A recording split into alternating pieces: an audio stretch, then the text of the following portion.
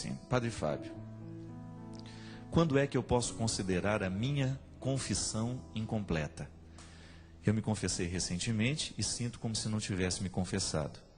Esqueci algumas coisas, o sacerdote não conversou direito comigo, mesmo vendo o meu nervosismo, que costuma ser sempre assim quando me confesso. Fico nervosa. Os pecados que esqueci são perdoados? Como fazer uma boa confissão? Minha filha, o sacramento, ele realmente... Confissão é você contar o pecado. Muitas vezes as pessoas confundem a confissão com o aconselhamento. Não é, né? Dentro da confissão até existe uma pequena exortação, um pequeno aconselhamento. Mas a gente não pode confundir conversa com confissão. Confissão é contar os pecados e receber a absolvição. Direção espiritual é outra coisa. Mesmo porque o padre, se ele te escuta em confissão e você faz uma direção espiritual, ele não pode nem comentar muita coisa por causa do sigilo de confissão que a gente tem. Não é comentar com os outros, não é comentar com você mesmo. Ou até mesmo voltar a conversa numa outra oportunidade. Quando é que o sacramento é eficaz? Interessante a palavra eficácia. Na teologia sacramental é muito importante. A eficácia é a resolução. Você foi atendido com eficácia, né? Por um profissional, digamos. Ele foi eficaz com você. Ele, o que é? Ele resolveu o problema. Uma confissão, ela é bem feita à medida em que você consegue sentir a eficácia do sacramento. Isto é, você de fato internaliza o perdão recebido. Mas isso não depende do padre, minha filha. Depende do seu arrependimento. Mesmo porque só contar o pecado, muitas vezes não nos alivia. O que nos alivia de verdade é o arrependimento. Então, muitas vezes nós nos confessamos sem arrependimento. Então, isso não vai ter repercussão dentro de você. Porque você cumpriu apenas uma obrigação formal de contar o pecado ao padre e ficou por isso mesmo. Quem se perdoa é você.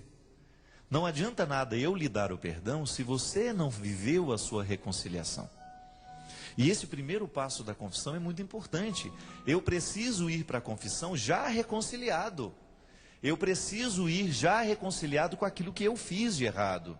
Então, se eu magoei alguém, antes de ir me confessar, eu já preciso ter arrumado aquela situação que ficou desajeitada. Eu já preciso ter pedido o meu perdão a quem eu magoei. Eu já preciso ter devolvido o que eu roubei. Eu já preciso ter consertado o que eu desconsertei. Porque quando eu vou para o padre, eu vou apenas para receber com eficácia o perdão que Deus vai me conceder, mas que eu já me concedi. É muito interessante porque muitas vezes nós não vamos bem na vida, não é porque o outro não nos perdoou, não é porque o outro nos machucou, não. O pior inimigo que nós podemos ter na vida não está de fora, ele está aqui dentro de nós. Então, quando nós não vivemos este primeiro passo da reconciliação, a gente vai ter a dificuldade de poder viver a eficácia ou sentir a eficácia da confissão e do perdão que o padre vai nos dar. Então, minha filha, arrependa-se antes de confessar-se. Busque essa reconciliação interior antes de ir contar o que você fez. Mesmo porque eu particularmente compreendo que atender confissão é quase que um processo terapêutico. Nós ajudamos a viver, arrumar o quebra-cabeça que está desarrumado dentro do coração do outro. Eu não tenho o poder de mexer nas peças. Eu tenho o poder de ajudar a mexer nas peças, mas o primeiro movimento, quem faz é a pessoa que precisa se reorganizar. É ela que está vivendo o momento do desconcerto. Há sempre um desconcerto em todo o pecado. O pecado nos desconcerta. O pecado nos retira do prumo.